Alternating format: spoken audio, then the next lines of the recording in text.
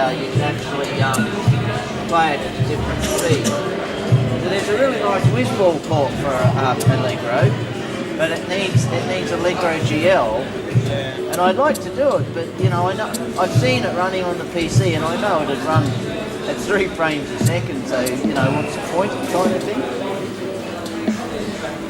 Maybe I will. Oh, so some people have got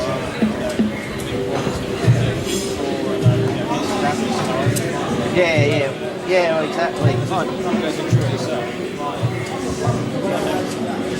how much work it is. Problem is, as I say, I've already spent more time on Allegro than I was meant to. It's meant to keep me busy for a couple of months while I waited to start work. That was 2.5 years ago.